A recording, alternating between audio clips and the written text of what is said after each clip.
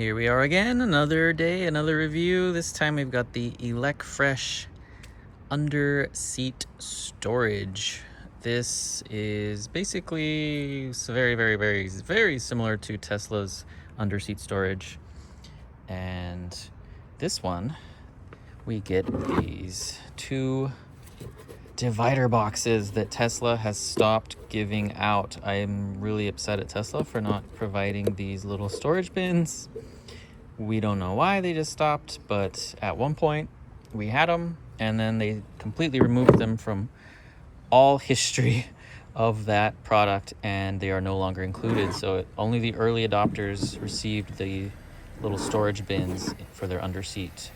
But yeah, I'm gonna be reviewing this one and comparing it to the Tesla. And my first curiosity is, do Elecfresh's bins fit in to the same space? The answer is sort of.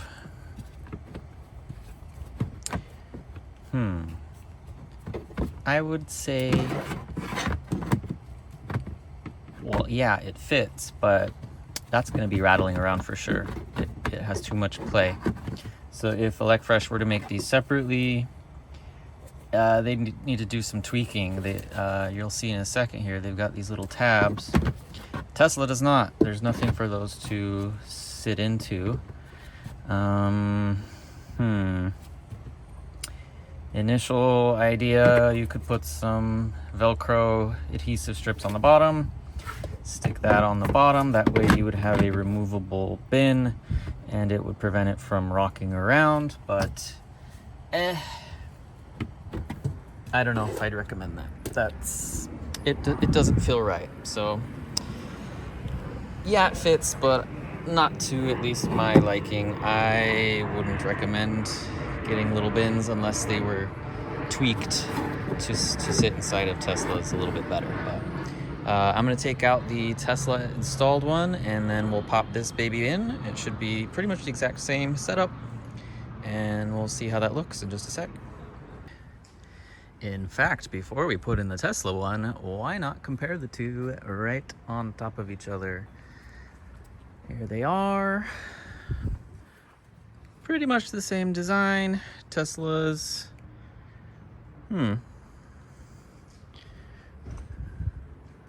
Yeah, they share a lot of similar. Interesting. I didn't expect. This is the Tesla one, if you didn't notice. It has more curves. I initially thought Elecfresh's was less cybery and less angles, but it actually does have more angles than Tesla's. Don't know if that's a good thing. Tesla's does have these little pegs on the bottom. Let's see if Elecfresh did the same. No, they did not. Completely flat. I guess it's only beneficial if you're using carpet anyways, but yeah, let me pop the Elecfresh one in and we'll get back in just a sec then. And we're back, fully installed. Also, it helps to check out the documentation. There it is, gives all the instructions how to put this thing in. Super easy. By the way, if you're wondering, what is this? Got the Elecfresh seat covers. Didn't quite care for all of the buckles that are visible, so I got some fabric from the craft store, got some Velcro adhesive, and just neatly cut it out just to help hide those nasty straps. So, while looking in the box, I realized I missed something. There is a little mat. I initially in the pictures thought this was made of like a rubber. No, this is made of sort of a almost felt like crushed felt sort of material. It's lightweight, almost feels like paper if I wasn't looking at it. But yeah, that should help reduce any rattling noises from things bumping around on the bottom. These boxes are pretty clever. You've got these two little tabs on this side. On the reverse side, there's no tab, but it does have this sort of hooked shape edge. So to use that, you hook the back first on this portion and then swing it forward to lock the little tabs into place. And can I do it one-handed? Yes, I can. Just need to push. And it's like stiffly, it ain't going anywhere once you know there's stuff in there. On to gripes. These do not have any little mat like the bottom does. I'm not sure why. It'd be great to have a little, you know, little mat of the same material in there to prevent rattles. Nobody wants a rattle in your Tesla, especially when it goes so fast, so quick. The price is great. It's cheaper than Tesla's. It's currently $200 last I checked. Tesla's is what, $250? So you save money if you get this third party. It functions the same. It's just storage underneath your seat. Oh, speaking of, let's put the seat down.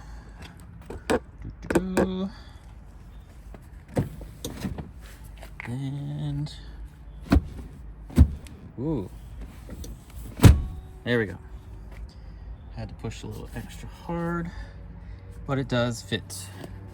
It does not move as well once it's in. Try that again. Okay, maybe I just need to push it down. I did tighten the little bucket pretty tight with the straps that hook onto the same bar that the Tesla one does. Maybe I just didn't have it aligned properly before I tightened those down too tightly. But yeah, the seats fit totally fine. Get a little push, ain't going anywhere. I think that's the only gripe I have. I mean, if you beat the price, same function, plus you get two little divider bins. What's not to like?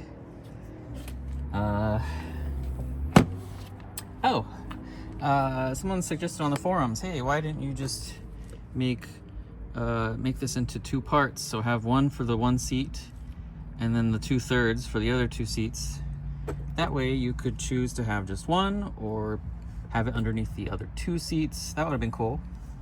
Obviously you'd have to redesign the whole thing, but that was an idea I liked, to be able to make it a little more modular, and I could have, you know, storage underneath two seats or one seat, up to me. Maybe in the future they'd revise that, but nothing to complain about for the install. Super easy. Oh, I guess I am coming up with more things. They do use a clasp, like a buckle clasp.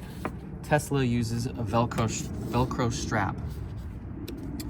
As you may realize, I do not like rattling sounds, so that's a concern. Obviously I haven't driven it yet, but anytime you introduce some plastic onto some nearby metal, there's the potential for rattling noise. And you know, if they would have used Velcro, maybe that would have been mitigated or reduced the likelihood of you causing a rattle.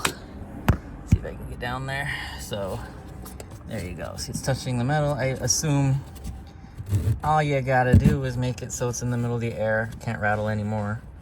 But it does make it easier to adjust, I'll admit that, and take it on and off, because the Tesla, you gotta like find the edge, peel it off, hope that it doesn't keep catching on itself.